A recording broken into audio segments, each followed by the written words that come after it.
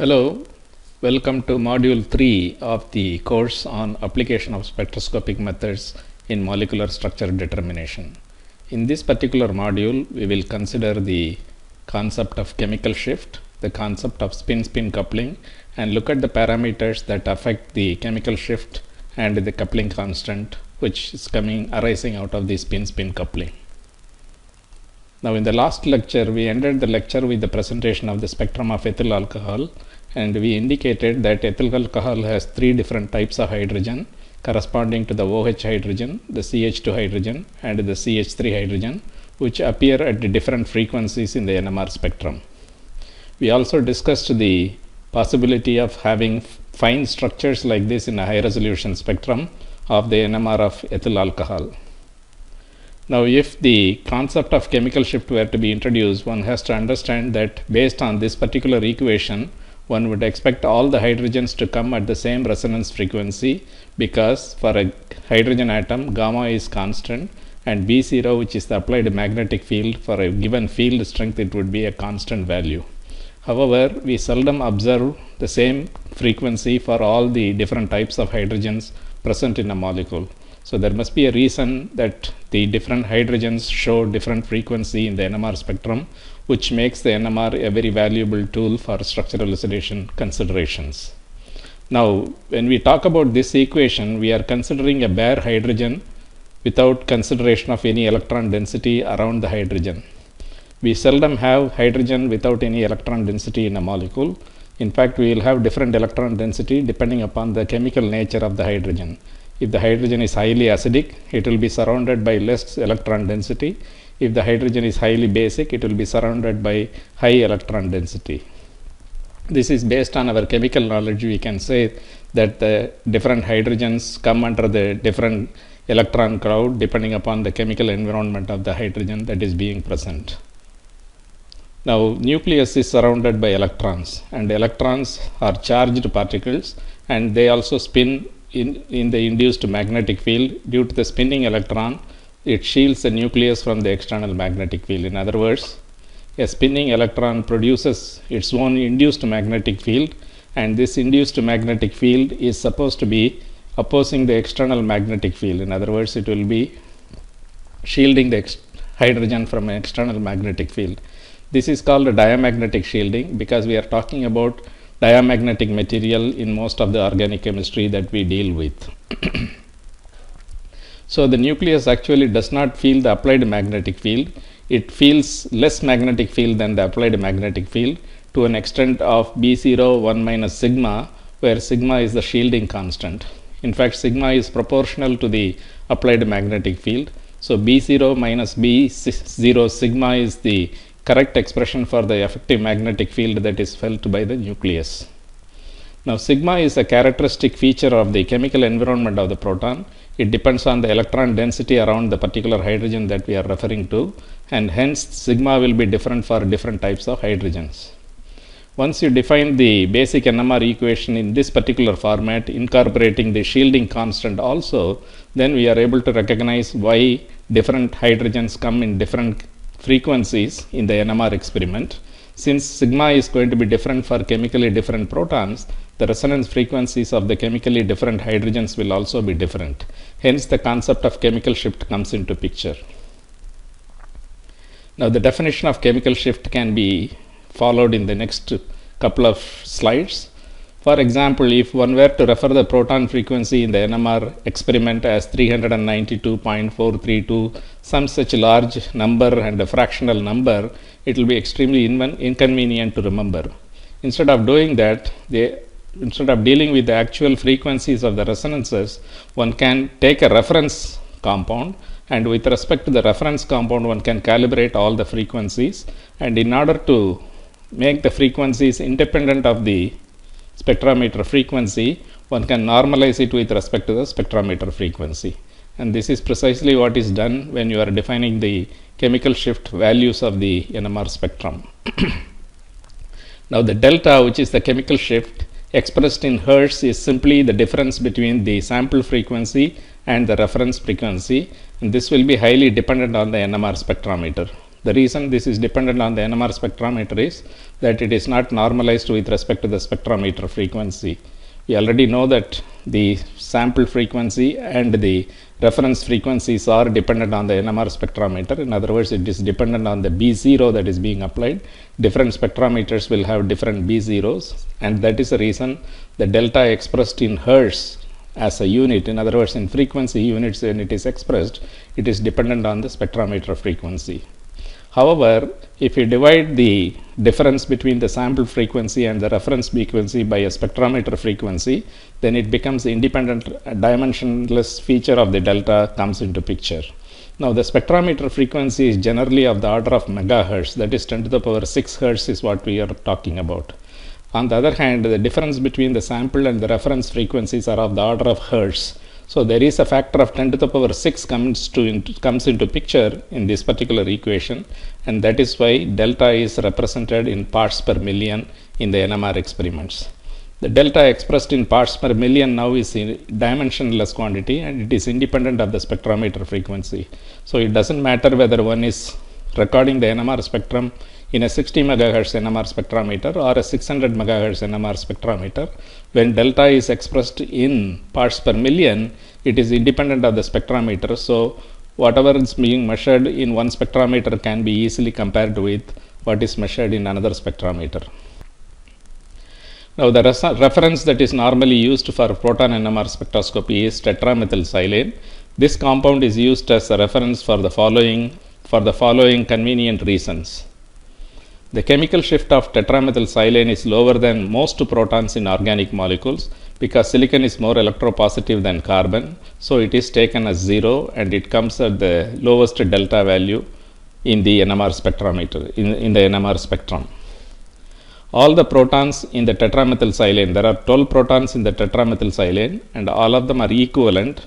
We will come to the point of what is meant by equivalent a little later. For the time being, let us assume they are all chemically equivalent.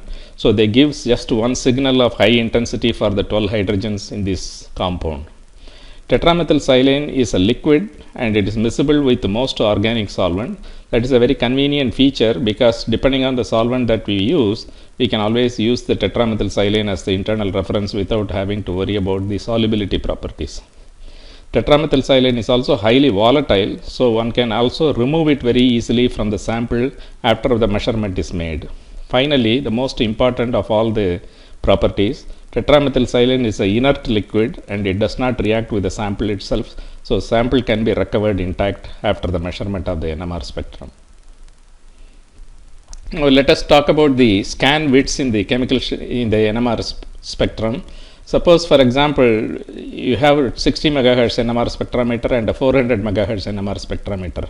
Normally, in the proton NMR spectrum, you scan from 0 ppm, which corresponds to the tetramethylsilane signal, to about 10 ppm. This is a normal scan width of the order of about 10 ppm is what is normally measured in the NMR spectrometer. Now, for a 60 megahertz NMR spectrometer, the scan width of this 10 ppm would be 0 to 600 hertz. In other words, one has to scan 600 hertz of scan width to cover the region of 0 to 10 ppm. On the other hand, if you come to 400 megahertz NMR spectrometer, in order to cover the same scan width, in other words, the 10 ppm scan width, one has to scan about 4000 hertz as a scan width in the NMR spectrum. So, what is a 2 ppm value in a 60 megahertz spectrometer? This would be simply 120 hertz. Whereas the 2 ppm in a 400 megahertz NMR spectrometer would be, the NMR spectrum would be about 800 hertz. So depending upon the frequency of the NMR spectrometer, the scan width also keeps increasing for the 0 to 10 ppm of the scan width of the spectrum.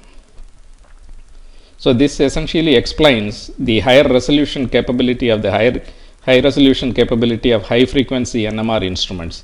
Suppose if we consider a difference between 2 ppm and 2.1 ppm signal, let us say there is a signal at 2 ppm and another signal is 2.1 ppm. The difference in the 60 megahertz NMR spectrometer is going to be smaller compared to the difference in the 400 megahertz NMR spectrometer. In the 60 megahertz NMR spectrometer, it is going to be roughly 6 hertz or so the difference, whereas in a 600 megahertz NMR spectrometer, it is going to be something like 40 hertz or so. So such a large difference is there in the frequency difference is there in this 0.1 ppm difference in the two signals, there will be a large difference in the Hertz value of the corresponding signal. Hence, the high spectrometer frequency corresponds to a high resolution spectrometer. Let us now look into the factors that affect the chemical shift value. Electronegativity, inductive and resonant effects are essentially responsible for the changes in the electron density that one observes in the compounds, in the substances, and hence these are the parameters which essentially also affect the chemical shift value of a given hydrogen. Tetramethylsilane is taken as 0 ppm as a reference standard. With respect to tetramethylsilane, all the other samples or all the other compound chemical shift values are given. The chemical shift value of only the methyl hydrogens are given in this particular table. Now, with respect to tetramethylsilane, methane is about 0.23 ppm. Now, you can see here the variation is the halogen. You have the most electronegative fluorine here and the least electronegative iodine and methyl iodide. As you increase the electronegativity of the atom that is attached to carbon, the chemical shift value of the hydrogen which are attached to that particular carbon keeps on increasing.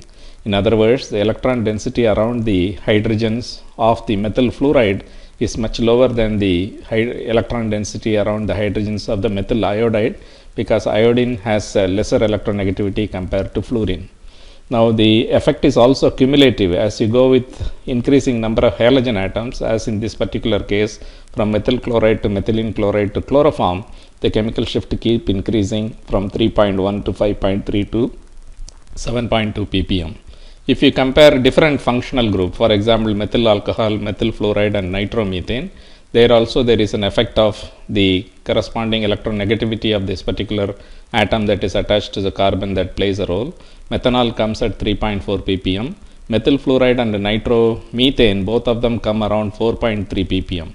From this we can conclude that the electronegativity or the electron withdrawing effect, inductive effect of the fluorine is nearly same as the electron withdrawing inductive effect of the nitro group, because they come at the similar chemical shift values with respect to each other. Now, the second aspect which is responsible, or the second parameter which is responsible, is the anisotropic effect. Anisotropy is the non-uniform nature of any property. The second parameter is the anisotropic effect, which is responsible for affecting the chemical shift value. Suppose you consider spherical electron density around an atom. The induced magnetic field will be uniform in space. In other words, the induced magnetic field as a property will be isotropic with respect to the spherical electron density around the atom. But we seldom have spherical electron density except in the case of s electron. The hydrogens that are attached to various carbons, for example, are unlikely to have spherical electron density. So, therefore, the induced magnetic field will be non-uniform in space. Hence, the anisotropic effect plays a major role in defining the chemical shift value of hydrogen. Typically, for example, pi electron cloud of the aromatic or carbon-carbon bond or carbonyl bond, for example, they do not have a spherical electron density. They have very specific shapes and size, and these are the most common features in most organic molecules, and hence the electron density cloud, which is non-spherical in nature in this system, will lead to anisotropic effect, and we will discuss the anisotropic effect in the next two slides.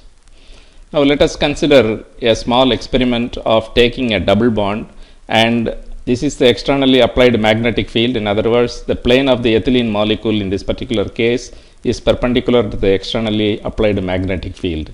Under these circumstances, the induced magnetic field because of the pi electron will have anisotropic effect such that the cylinder that is shown here, the area under the cylinder here for example, will be a shielding zone, whereas the area which is away from the cylinder, which is indicated in the blue here, will be de-shielding zone. In other words, the hydrogens which are occupied in this area, the red area, will be highly shielded, whereas the hydrogens which are away from the red shielded area will be highly de-shielded.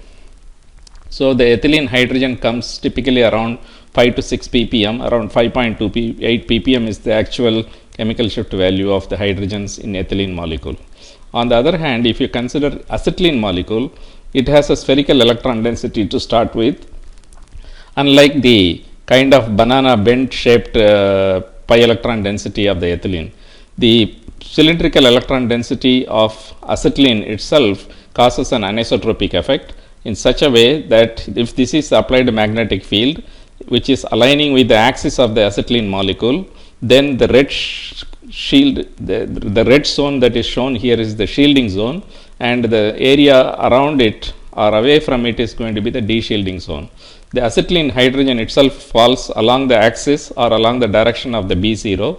Therefore, this will be highly shielded in comparison to, for example, the olefinic hydrogen, which is coming around 5.8 to 8 ppm, whereas the acetylene hydrogen comes around 1.8 ppm or so.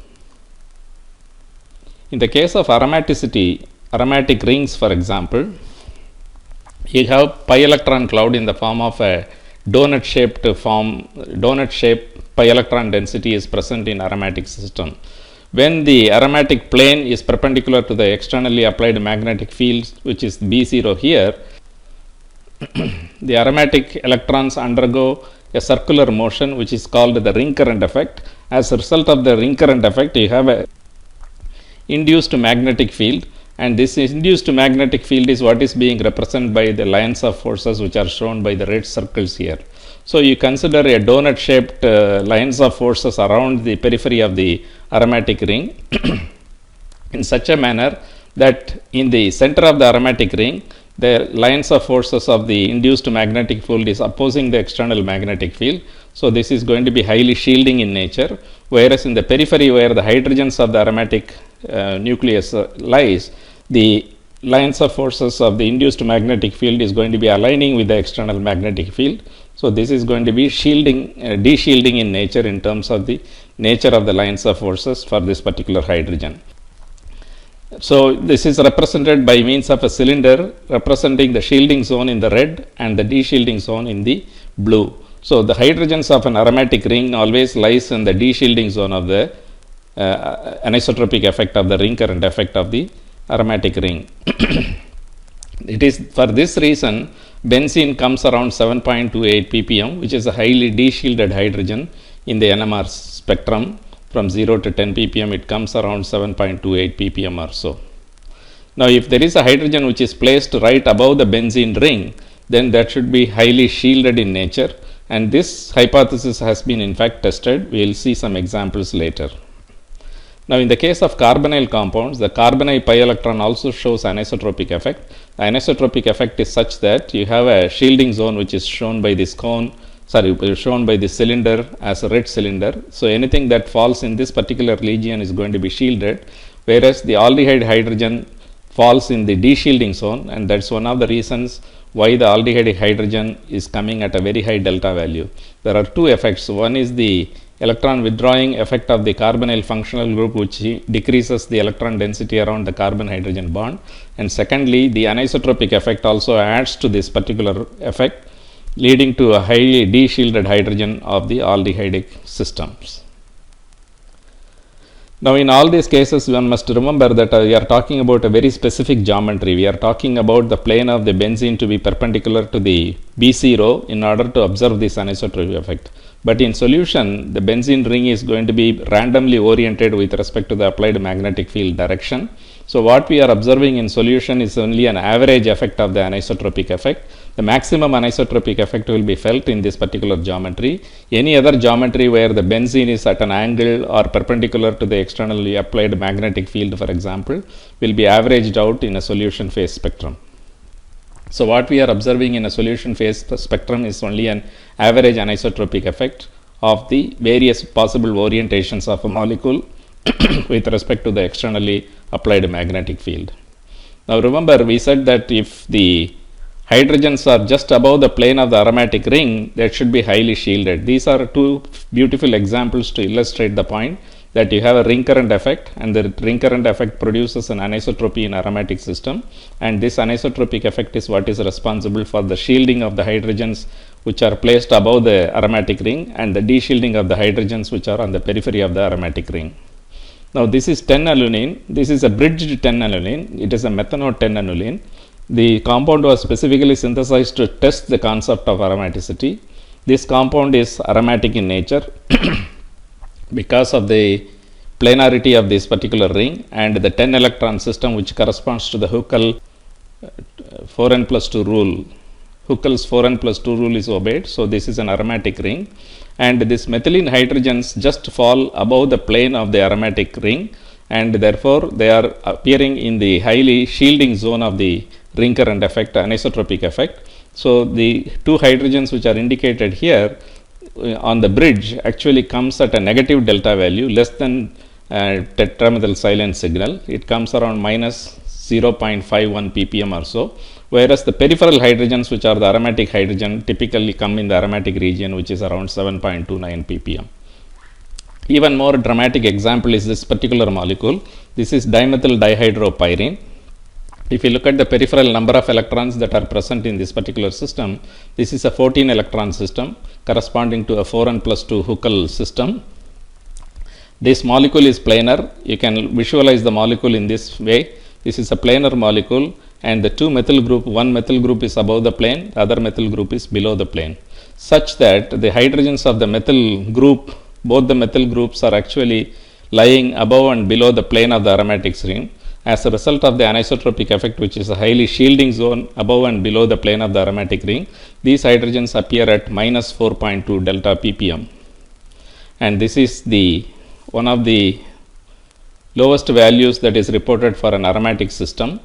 And if you look at the peripheral hydrogen, they appear in the normal region of the aromaticity. Around 8 ppm or so is the chemical Schutt value of the various hydrogen in this one. As you increase the number of pi electron, the ring current effect also increases. As a result of the anisotropic effect also increases.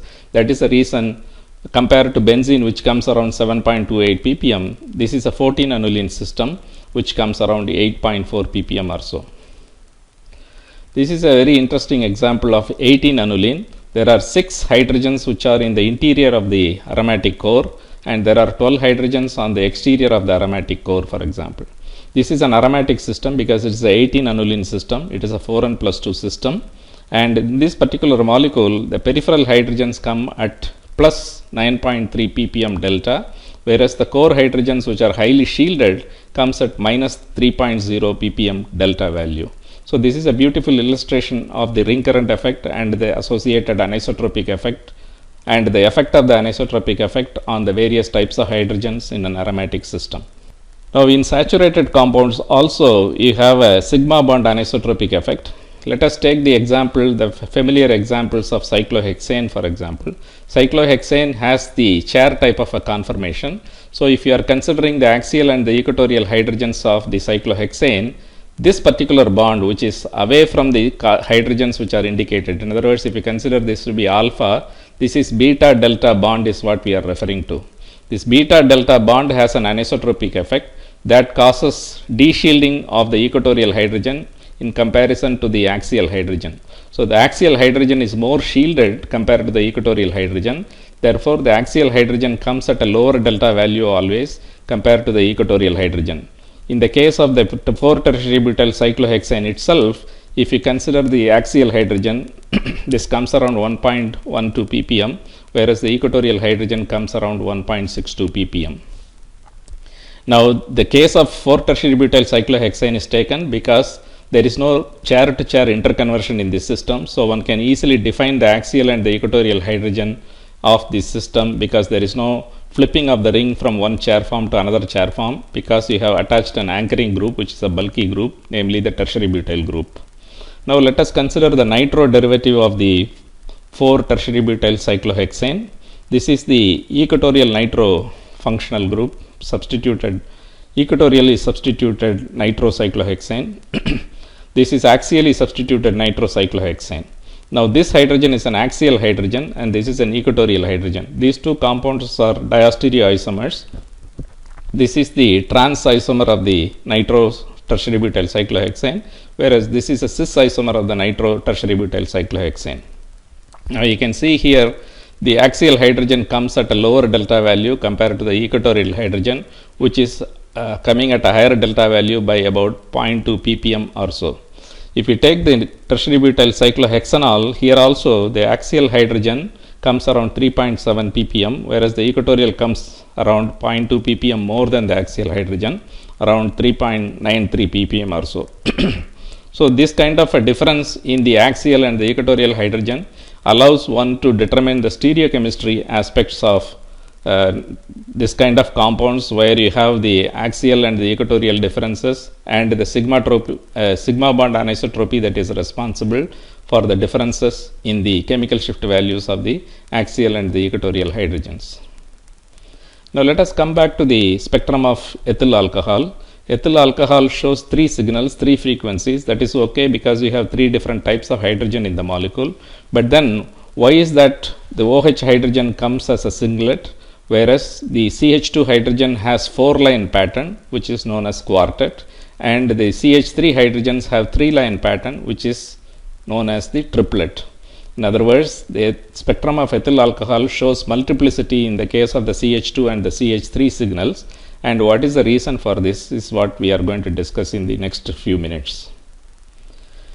Before we go into that, let me also say that the solvent has also a major role to play in terms of the chemical shift values. This is a solvent effect. The spectrum of this particular compound, which is a sugar derivative, is measured in CdCl3, in other words deuterated chloroform, or in deuterated benzene. You can see visually, you can see the difference in the spectral resolution in the benzene D6 and the CdCl3 spectrum, for example.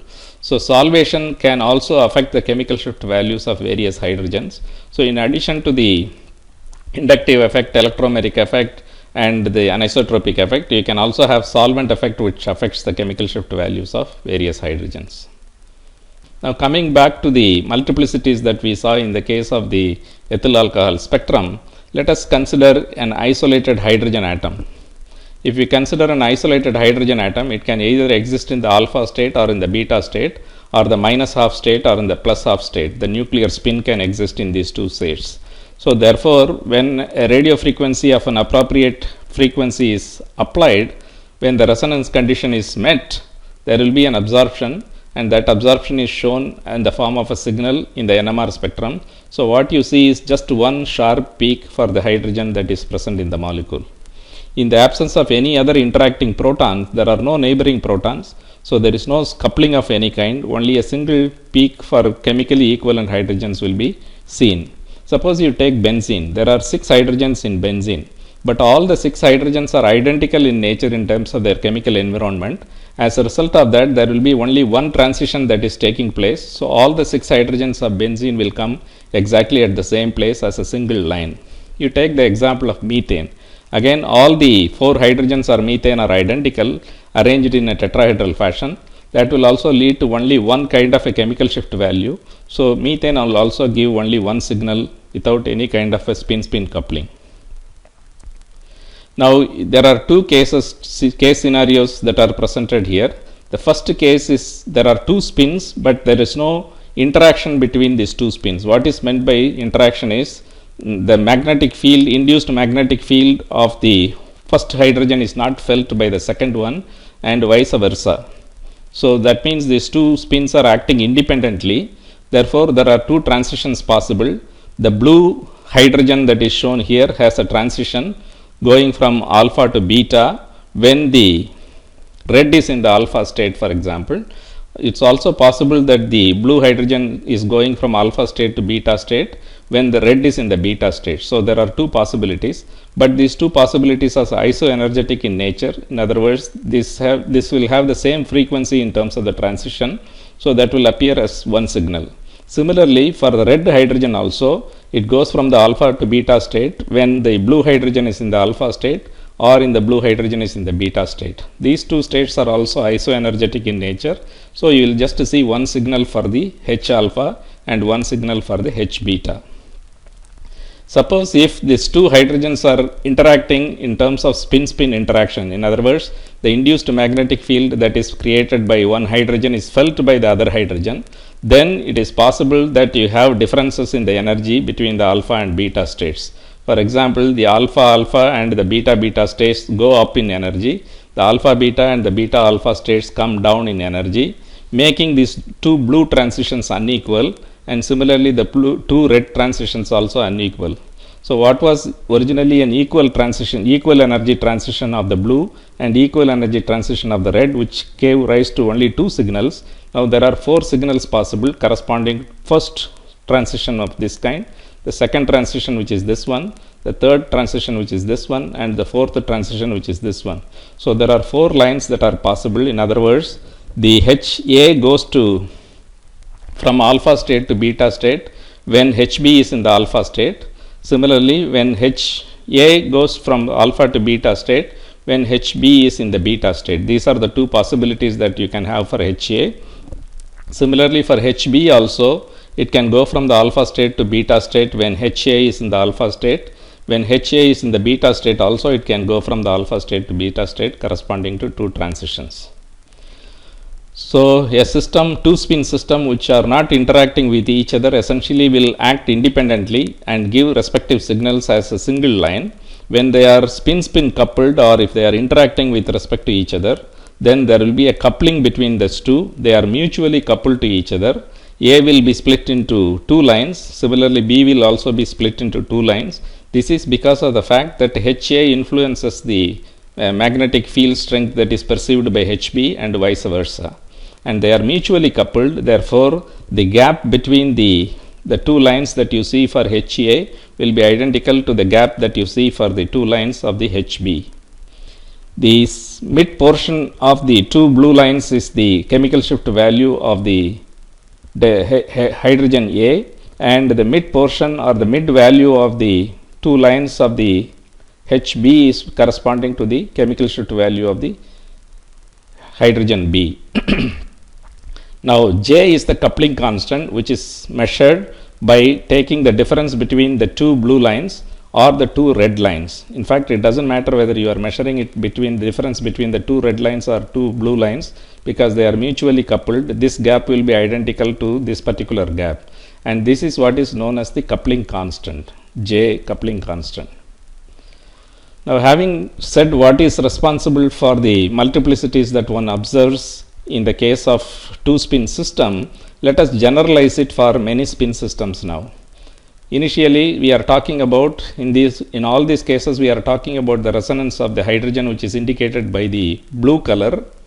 Suppose if there are no other coupling partners, it just appears as a singlet. If it has an adjacent coupling partner, then it would give a doublet, because hydrogen which is in the red is going to influence the magnetic field, induced magnetic field of this particular hydrogen is going to affect the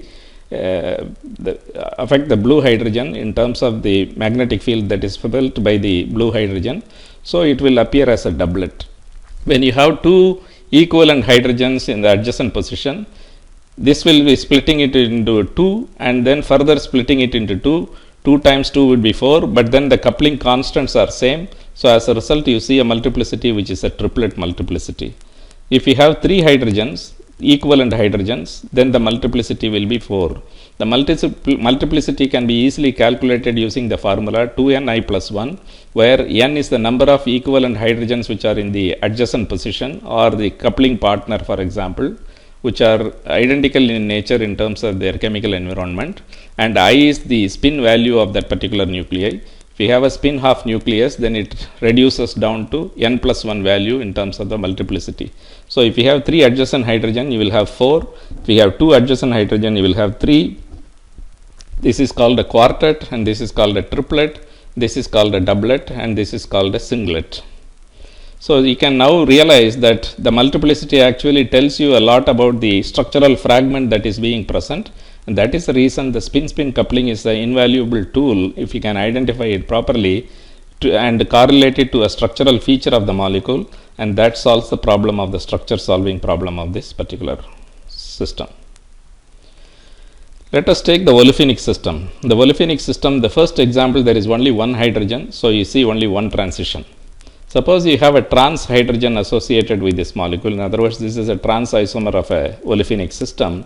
This trans hydrogen will couple with the HA, and HA will in turn couple with the HB, which is a blue hydrogen. So the blue will have a transition. There are two possible transitions the blue can have. Because of spin-spin coupling, it will appear as a doublet. Suppose if there are two different types of hydrogens, one is a cis hydrogen and another one is a trans hydrogen. The trans hydrogen can couple with this to make it into a doublet, and the cis hydrogen, which is geometrically different from the trans hydrogen, will also couple with this, but the coupling constant will be different. We will look into the parameter that affects the coupling constant in a minute. For the time being, assume that this coupling is different from this coupling. So originally the line is split into a two, and it is further split into, initially you have a singlet with no coupling. With only one coupling partner you have a doublet, and with two coupling partner you have a doublet of a doublet. Suppose if we have three coupling partners, that is one cis coupler and one trans coupling partner and one vicinal coupling partner, which is in this position, for example. So the trans coupling can be making can make the hydrogen into a doublet. The cis coupling can make it into a doublet of a doublet, and this vicinal coupling can make it into a doublet of a doublet of a doublet. A doublet of a doublet of a doublet should have 8 lines. So you can see here the 8 lines, which is the doublet of a doublet of a doublet. Now the parameters on which the spin-spin coupling depends on are as follows. It depends on the distance between the coupling partners and the intervening number of bonds. The more number of bonds that you have and the intervening between two atoms or the two hydrogens, smaller will be the coupling. More importantly, the dihedral angle plays a major role in the coupling partners of vicinal hydrogen. We will see the relationship in a minute. The coupling constant is largest when the dihedral angle is about 180 degree, and it is very small when the dihedral angle is about 90 degree. In freely rotating bonds like in the alkyl chain, average J values are obtained. In other words, this is an illustration that we will give at a later stage. Now this is a diagrammatic representation of Karplus equation, which is relating the J value to dihedral angle in a cos type of a relationship. What is dihedral angle? Dihedral angle is the angle which is obtained by the two hydrogens which are an adjacent hydrogen atoms. In other words, if you look at this picture, this is like an open book kind of a conformation that you have.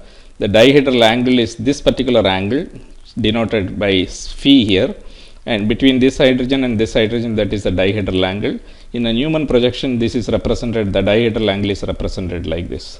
Now as the carbon-carbon bond rotates, the dihedral angle can vary, and depending upon the dihedral angle, average dihedral angle of that particular molecule, it can have value anywhere from 0, which is an eclipsed conformation, to 180, which is an anti-conformation of the two hydrogen. In the anti-conformation, you have the maximum J value, which is roughly about 14 hertz or so, whereas when it is at 90 degrees, for example, it has the minimum coupling constant, which is about 1 or 2 hertz or so. When it is 0 dihedral angle, this has a value of about 10 to 12 hertz or so in terms of the J value that we are talking about. This is applicable to all vicinal coupling, freely rotating vicinal coupling, as well as not freely rotating vicinal coupling. Now let us summarize what we said in the previous two slides. The spin-spin splitting pattern can be for a spin-half nuclei as follows. The number of lines that one expects is 2ni plus 1. Otherwise it is n plus 1 for a spin of half, because I is equal to half, where n is the number of equivalent protons that couple. This is extremely important. The protons have to be equivalent, then only the coupling constants will be same, so that you can interpret it with this ni plus rule, n plus 1 rule. So when you have an adjacent hydrogen, each of the HA and HB is going to be doublet with one single coupling constant of JAB. When you have two coupling partners which are chemically equivalent partners, then HA will be a triplet, because n plus 1 will be triplet for this hydrogen, and this will be a doublet because there is an adjacent hydrogen which leads to a doublet. Suppose if you have a CH2, CH2, each would be a triplet. HA will couple with HB, and in turn HB will also couple with HA. Each of them will appear as a triplet. So if you have an ethyl group, it will be CH3 will be a triplet and CH2 will be a quartet. So now you can understand why ethyl alcohol spectrum showed one triplet and one quartet, because there is a CH2 CH3 group there. In other words, looking at the spectrum, if you see a triplet and a quartet which are mutually coupled in terms of being a same J value, one can come to the conclusion that there is an ethyl group present in the system. Similarly, if you have a doublet and a septet, septet is a 7-line pattern, you come to the conclusion that there is a structural element which corresponds to an isopropyl group. Only isopropyl group will give you a doublet and a septet. Doublet for this methyl group because it is split by the CH, and septet is for this hydrogen because it is split by 6 equivalent hydrogens of the methyl group in the system. In the case of spin-half nucleus, the line intensities of multiplets can be easily calculated or predicted from Pascal triangle. The line intensities are corresponding to the coefficients of the binomial expansion. For example, if it is a doublet, it will be a 1:1 intensity ratio. If it is a triplet, it will be a 1:2:1 intensity ratio. If it is a quartet, it will be a 1:3:3:1 intensity ratio, and so on. And these are the actual multiplets seen in the actual spectrum. For example, this is a triplet, quartet, quintet, and a septet are the multiplets that are shown here. And this is the Pascal triangle, which can be easily constructed by adding two numbers and bringing out the central number by adding the adjacent numbers, for example. And you can see here, when you come to large multiplicities, the end lines are much less intense in comparison to the central lines. So it is possible to easily miss these multiplets that are seen in the septet or heptet kind of a multiplicity. So one needs to be careful in expanding or zooming the spectrum in the y-axis so that the intensities can be very clearly seen, because of the fact that the central intensity relative to the end intensities are much higher. So you may miss out the end lines all the way in the spectrum. This is a correlation chart of chemical shift of various protons in the aromatic molecule. Typically, the proton NMR spectrum is scanned between 0 to 12 ppm or so, and the most acidic hydrogen, which are the carboxylic acid hydrogens or hydrogen bonded enolic hydrogens, they come in the region between 10.5 to about 12 ppm or so. The aldehyde hydrogen typically come between 9 ppm to 10 to 10.5 ppm, sometime even all the way up to 11 ppm it can come. The aromatic hydrogens typically come in the region between 6.5 to about 8.5 ppm.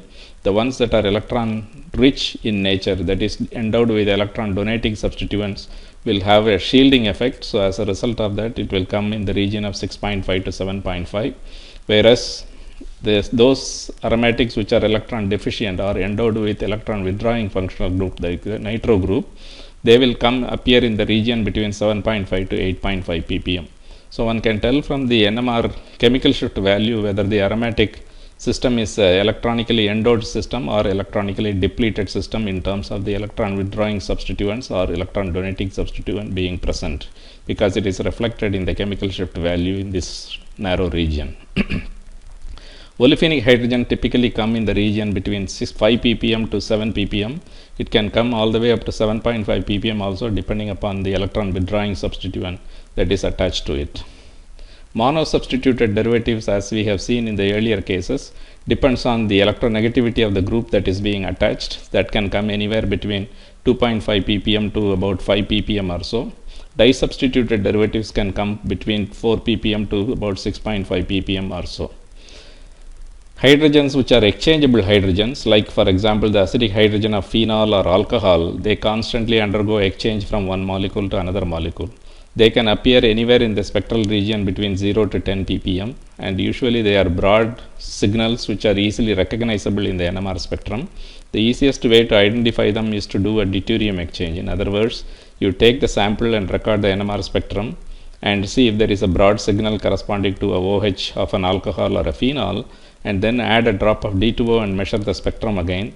This broad feature should disappear because of the exchange of the hydrogen with the deuterium. Because they are fairly acidic hydrogen, they have the capacity to exchange with the deuterium, and the signal corresponding to that particular OH peak will be disappearing in the NMR spectrum. This is called the deuterium exchange studies. This is a table correlating the structural feature to the J value or the coupling constant values. The coupling constant depends on the number of intervening bond between the two hydrogen.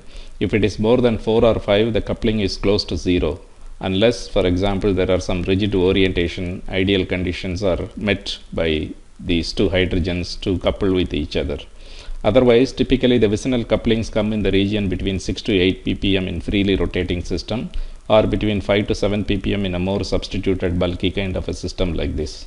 The vicinal coupling can be highly dihedral angle dependent if there is a restricted rotation or some rigid geometry that is present, and this is essentially governed by the Karplus equation which we saw earlier in terms of the equation as well as the diagram representing the Karplus plot. Vicinal coupling between aldehyde hydrogen and the adjacent hydrogen is generally very small. Sometimes you don't even see this coupling. And geminal coupling between two hydrogens, provided they are diastereotopic in nature, they are chemically non-equivalent as well as magnetically non-equivalent in nature. They can come fairly large values of coupling constants are reported. Between 12 to 15 ppm is the coupling value that one sees for geminal coupling of this kind. Now, in the case of olefinic system, you can have a trans coupling, or you can have a cis coupling, you can have geminal coupling, or you can have vicinal coupling of this type, where the hydrogen is in the adjacent carbon, not part of the olefinic system. Now, the trans coupling is a fairly large coupling. Typically, it comes around 16 Hertz or so. The cis coupling is smaller compared to the trans one, comes around 10 Hertz or so. The geminal coupling is of an sp2 carbon is really very small. Often one can miss it, for example. It is typically of the order of 0.5 to about 3 Hertz or so. This kind of a vicinal coupling is of the order of 3 to 11. It depends on the dihedral angle. If it is not a freely rotating system, it will be heavily dependent on the dihedral angle.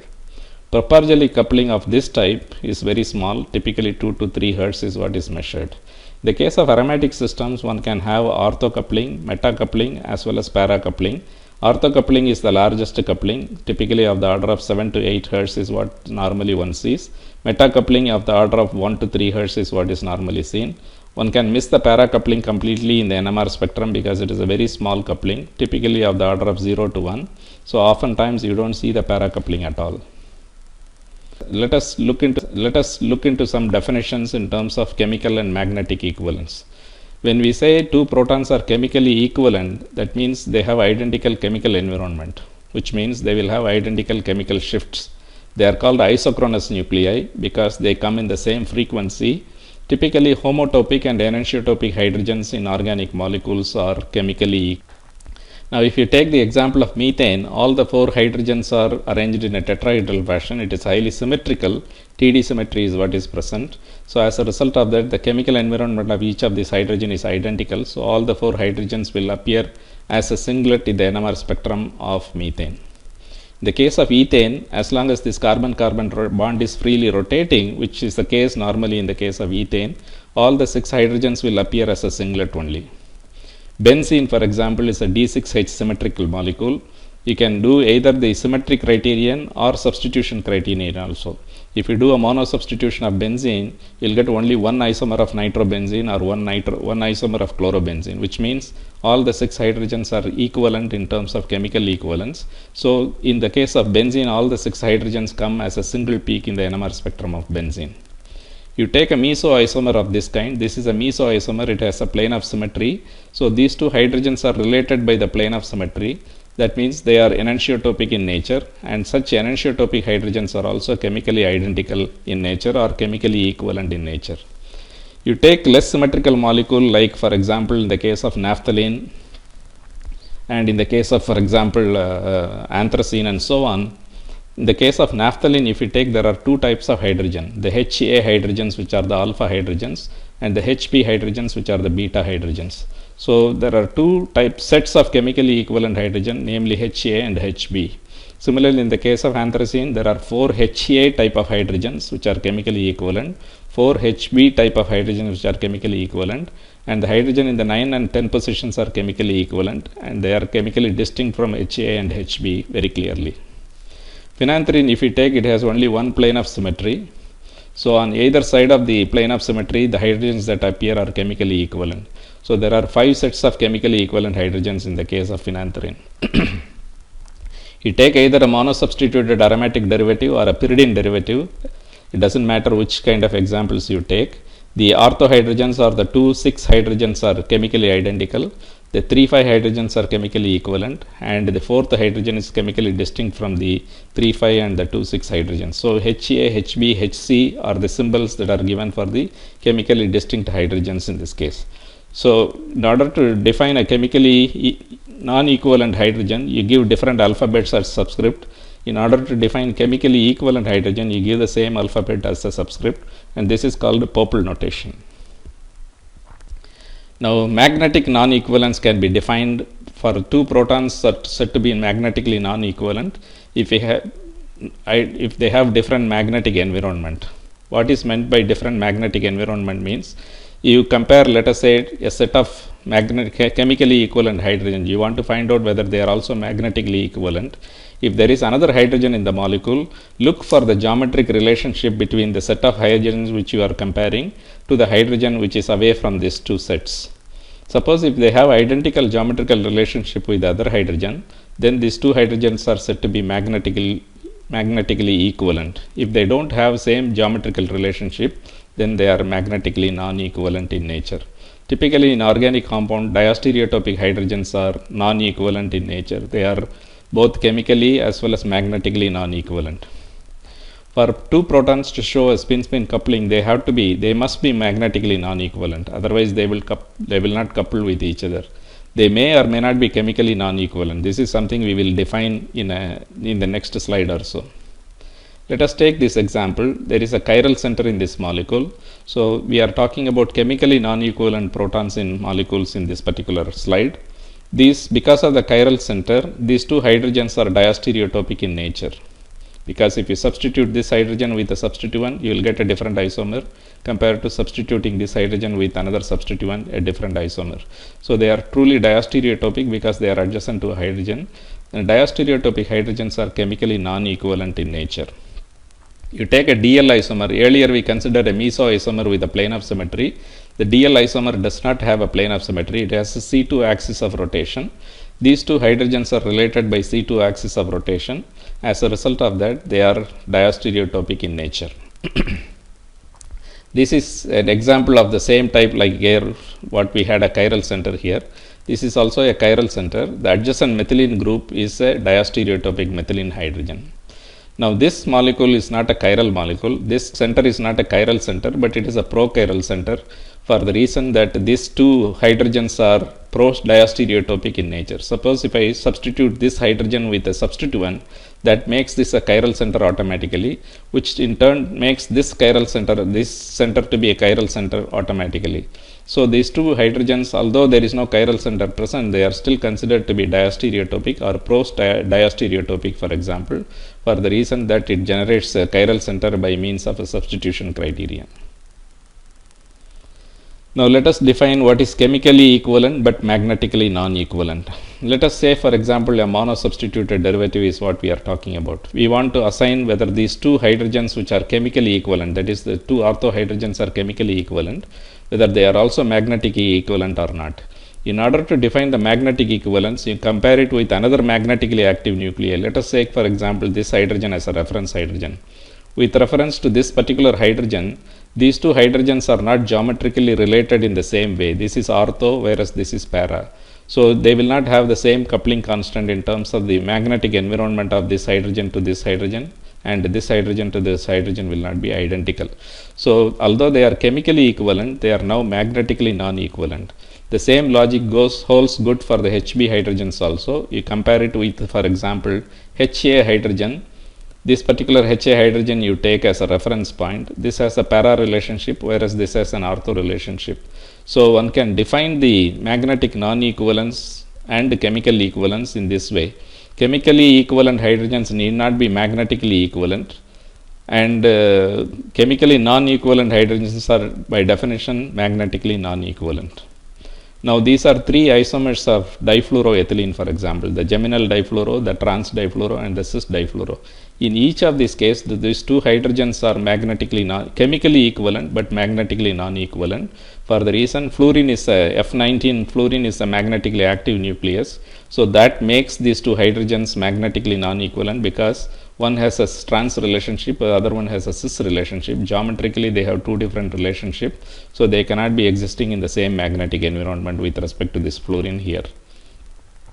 Take this example where you have two identical substituents situated in the para position and aromatic ring. There is a plane of symmetry, the vertical plane of symmetry and a horizontal plane of symmetry that makes all these four hydrogens identical. They are chemically as well as magnetically identical. On the other hand, you remove one of the planes of symmetry along this direction by putting X and Y substituent instead of two X substituents here. Then if you consider a pair of chemically equivalent hydrogen, they are magnetically non-equivalent for the same reason that we defined in the case of the mono-substituted derivative. Now the parameters that one can obtain from the NMR are the chemical shift values of various protons, the coupling constants values of various multiplets, and the relative ratios of signal intensity or the areas under the peaks are proportional to the number of protons responsible for each signal. For example, in the case of ethyl alcohol spectrum, we saw three signals with the intensity ratio of 3:2:1. The 3:2:1 comes from the fact that you have a CH3 and a CH2 and a OH group. So then signal intensity or the area under the peaks are actually proportional to the number of protons responsible for each of the signal. Suppose if we have a mixture of compounds like orthonitrotoluene and paranitrotoluene, if you integrate the methyl signal, there will be two different methyl signals for these two compounds, ortho and para. They are distinctly different compounds, so there will be two signals. If you integrate the two signals and take the ratio, that will correspond to the mole ratio of these two compounds in this mixture. So this is very useful information because it allows you to quantify using NMR spectroscopy, using a suitable internal standard, what are the mole ratios or what is the absolute molar amount that is present in the mixture. Now in this particular presentation, so far we have seen the chemical shift, concept of chemical shift, the concept of coupling constant, and the concept of J values and delta values, and the parameters that are responsible for affecting the J values and the delta values. We also defined what is a chemically equivalent hydrogen, what are chemically equivalent hydrogen, and what are magnetically equivalent or non-equivalent hydrogens. I hope you understand the concepts very clearly. Let us move on to the next lecture. Thank you.